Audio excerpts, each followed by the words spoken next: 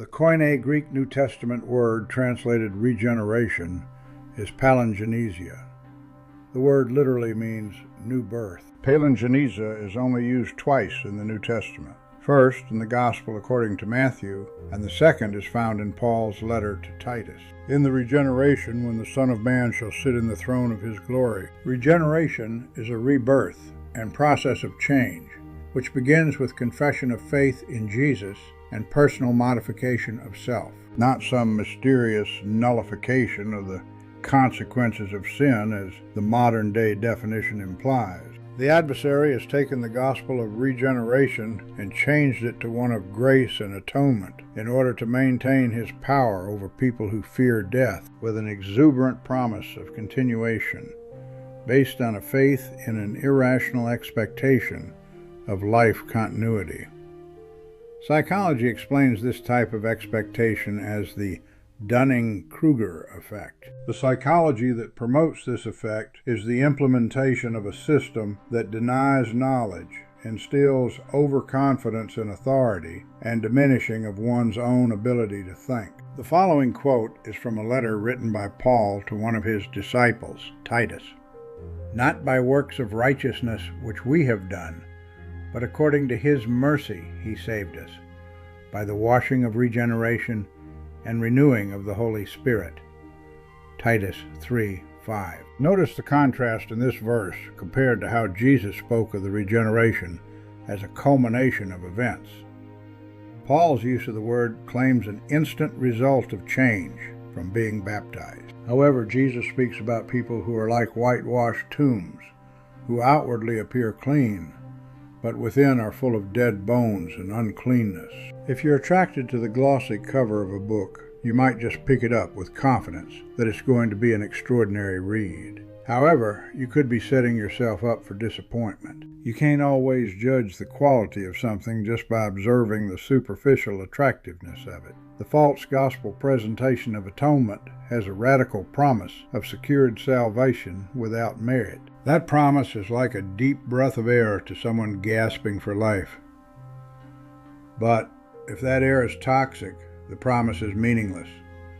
It is a very attractive proposition for anyone facing death, and aren't we all? With any promise, especially the promise of life, we should consider the trustworthiness of the one who promises. That's not being judgmental of another.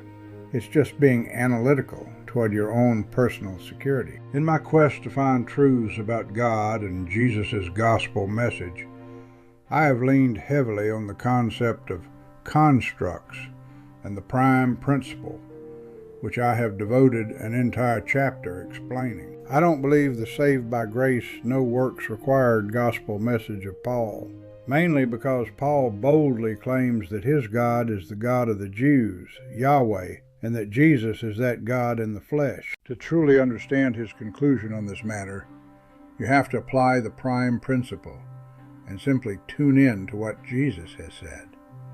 Jesus never claimed that he was God. His use of the word Father clearly gives him a unique relationship to any God ideology present in the world he was teaching. He clashed with the worshippers of Yahweh. They believed he was claiming to be God because of the powerful statements he made about their worship, their laws, and their lofty attitudes. But he never precisely made that claim. It's important to understand that Jews did expect their God to someday be manifested to them in the flesh. But Jesus did not fit that prophetic expectation. Therefore, him claiming to be the Messiah was blasphemy to them. He was clearly not someone who represented their God, nor one who was going to deliver them from Roman occupation and years of servitude to the Julio-Claudian family. Jews believed Messiah was the rescuer of Israel, their God coming to redeem them in the flesh, one who would be king-worthy and militantly powerful.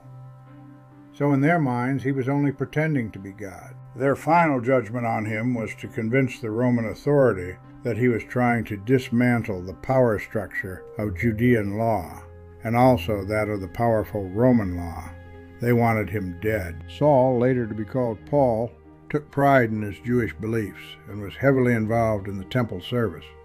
His father was a Pharisee, and he considered himself the pride of Phariseeism. When he was sent out to subdue the people who were believing Jesus, it was in great defense of his beliefs and worship of Yahweh God.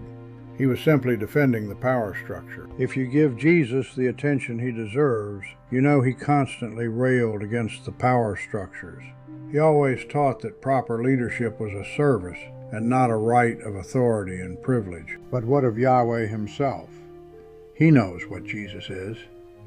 Jesus was just a perfect body for him to possess and control, so he could be king in the flesh. But, turns out, one that he was unable to possess. He tried, but failed. Jesus could not be tempted with an opportunity to have the power of God over other people's lives. He gave us the key, which opens the doorway to immortality. That key is knowledge. Righteous knowledge of life, Logos. The one thing the celestial entity Yahweh always feared mankind would obtain. A knowledge that gives you the greatest power of all, and that is the power of choice. Once you have that power instilled in yourself, there is no power on earth that can control you. And once the powers over you lose that, they may try to kill you. But that knowledge also takes away the fear of death. Do not fear those who can kill the flesh, for they are not able to destroy the soul. But instead, fear the one who has both power to destroy the flesh and the soul. The Father, who Jesus speaks of, has never been willing that anyone should perish. He is not a murderer, nor is he a liar. He wants us to have the full abundance of life.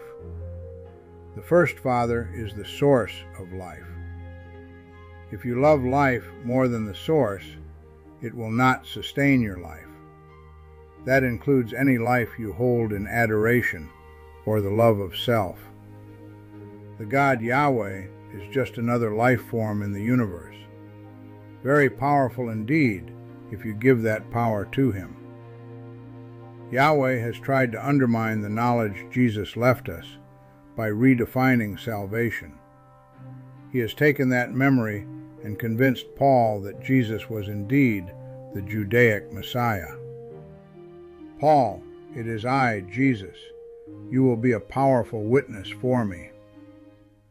I believe that is exactly the turn of events on that road to Damascus. And the entity speaking to Paul is the exact life Jesus was telling the Jews about when he said, "Your father is the devil.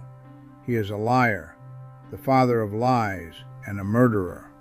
John 8:44. Jesus' use of the word palingenesia was also used by the classical Greek writers many times to refer to the season of spring when all things began anew. Therein lies a pattern for validation. The season of spring is typically associated with renewal, growth, and rebirth. A seasonal change from winter to summer requires a progressive regeneration. It is not some radical phenomenon with instant change. Spring does not reappear as a result of rituals, but by the behavior and movements of the celestial bodies.